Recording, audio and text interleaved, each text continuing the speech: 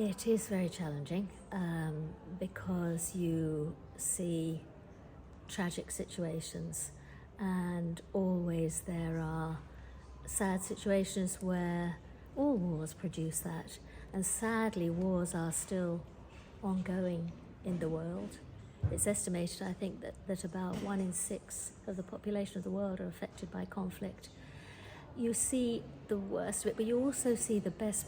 It brings out the best in some people. I can remember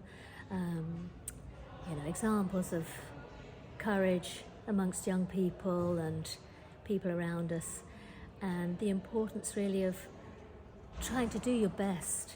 I did learn that you can. It was in quite primitive circumstances. I'm sure you know it was in a refugee camp, a Palestinian refugee camp in Beirut at the time of the Civil War that I was working, and subsequently in the Gaza Strip. But I found that you can do a lot. You can do a lot of war surgery with little equipment and in primitive circumstances, and that's how a lot is still being practiced around the world.